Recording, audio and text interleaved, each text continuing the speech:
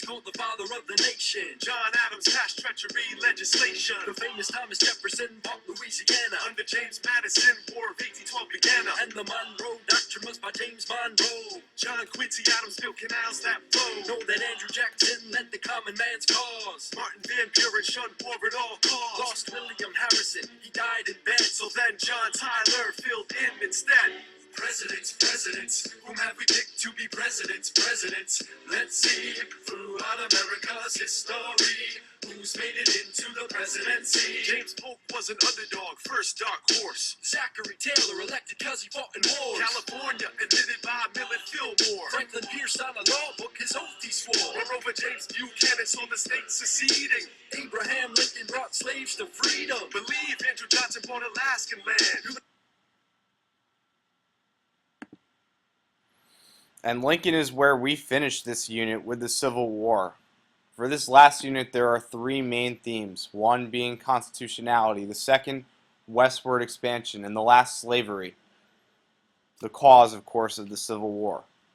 We begin with constitutionality, and now that we have looked at this document, the question remains whether or not the presidents to come in American history are going to be following the Constitution or they're going to be going against it. And we have both cases, and we hope that the checks and balances system will help alleviate those presidents who do violate the Constitution, but it's not always the case. Let's take a look. John Adams is the successor of George Washington, member of the Federalist Party. Washington had ruled as president for 8 years, stopped, Adams ran, Adams wins, and he is president. But his hands are a bit tied. He's worried about a war with France, and in particular, he's worried that people are going to rebel inside America. And so what Adams does is he passes the Alien and Sedition Acts. He's worried of immigrants, so he targets immigrants, basically increasing the number of years it would take for you to become a citizen from 5 to 14 years. He makes it easier to deport immigrants for no reason, and basically anyone who is against the government, who speaks out against the Federalist Party, who writes against the Federalist Party, could be targeted under this law, also known as sedition, which is called technically spying. And of course, we know that this law is unconstitutional, but the Supreme Court never hears a case about it. Now, if you recall, what amendment did this new law violate and why? And it doesn't stay forever, but there are other forms that come that are similar later.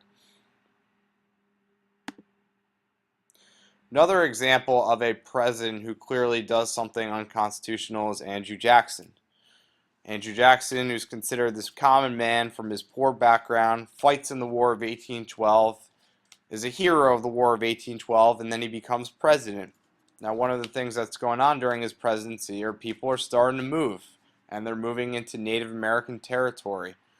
Some argue that they should try to integrate the natives, but Jackson, of course, is on the different side. He wants to remove all Native Americans. He wants to eliminate all Native Americans. So when he becomes president, he passes the Indian Removal Act. And what that does, basically, it sends all Native Americans westward toward Oklahoma. Oklahoma, where farmland is scarce, where resources are scarce, and a lot of these Native Americans are forced to go along this path known as the Trail of Tears, in which they die in large numbers of disease, of starvation. But there are some Native Americans who actually sue. And the case goes to the Supreme Court, and they sue on the basis that Jackson has no right to take their home. How can he take their home? That's not fair. They've been here longer than the white people. And they win. The Native Americans actually win the case. But Andrew Jackson, being a stubborn man that he is, refuses to enforce the Supreme Court's decision. And in fact, what he says is John Marshall has made his decision. John Marshall is the Chief Justice. Now let him enforce it. Clearly, we know from our studies of the Constitution that it's not the judicial branch's job to enforce the law. It's the executive. So Andrew Jackson is refusing to enforce the decision, which, is a bit unconstitutional, but he gets away with it. Here's a picture of the Trail of Tears. Many people are dying. In fact, less than 100 years later, there are very few Native Americans even in Oklahoma because they are kicked out of Oklahoma, and Oklahoma enters as a state in America. And so we get to our second theme, which is westward expansion. Clearly also connects to the Trail of Tears. And westward expansion, we know that we went from 13 states to 50, and it didn't happen magically. And there's a term that connects to this westward expansion. It was actually given out by a man by the name of John O'Sullivan in the 1840s, and it's called Manifest Destiny. And the idea behind Manifest Destiny is what is embodied in that image below. You see there in the middle, there's a female, a spirit who is moving out westward. And she's surrounded by all these groups that are moving westward that you can see in the background, the horses and the people who are moving out there. The lady symbolizes America. She's known as Lady Columbia. Okay, kind of like the female version of Uncle Sam. There's a couple of instances, actually there's many instances of how America begins to expand out. We're just going to give two examples here. One being the Louisiana Purchase. Now in 1803, Thomas Jefferson is he goes and he meets with French officials, and he comes to this deal, and they're desperate for money because they're in war. They're in war with all these European countries. They make a deal with Thomas Jefferson to sell the Louisiana Territory for $15 million. Now, the Louisiana Territory is not just Louisiana. If you look at the map there, you can see it's that entire green middle section, the darker green. And what that does by purchasing this land for $15 million, which is essentially a huge steal, it's a great deal for America, it doubles the size of the country. And it also lays the foundation for expanding out even further and for building that American empire. But Thomas Jefferson is not the only president to do that. Other presidents will also set the stage for moving and expanding out westward, for allowing for manifest destiny. And another Virginian, James Monroe. Monroe comes up with the Monroe Doctrine, as you heard from the wise shoeless Jeff. So in 1823, Monroe he formally states that no European countries should be allowed in the Western Hemisphere. They shouldn't be allowed in North America, South America, or Central America. And it is a formal declaration that if any European country chooses to go and try to colonize an American country, be it in South America or elsewhere, then the United States will view it as an attack, and the United States will interfere and get involved. Now, how does it connect to Manifest Destiny? If there are no other European countries who are going into the Americas, that allows America to expand without interference from those other powers. So it sets the stage for further expansion. The last topic is slavery, which will be the primary cause of the Civil War. Many people will say it's states' rights. Almost every cause that we're going to look at deals in some way or another with slavery. It is a common thread throughout this unit.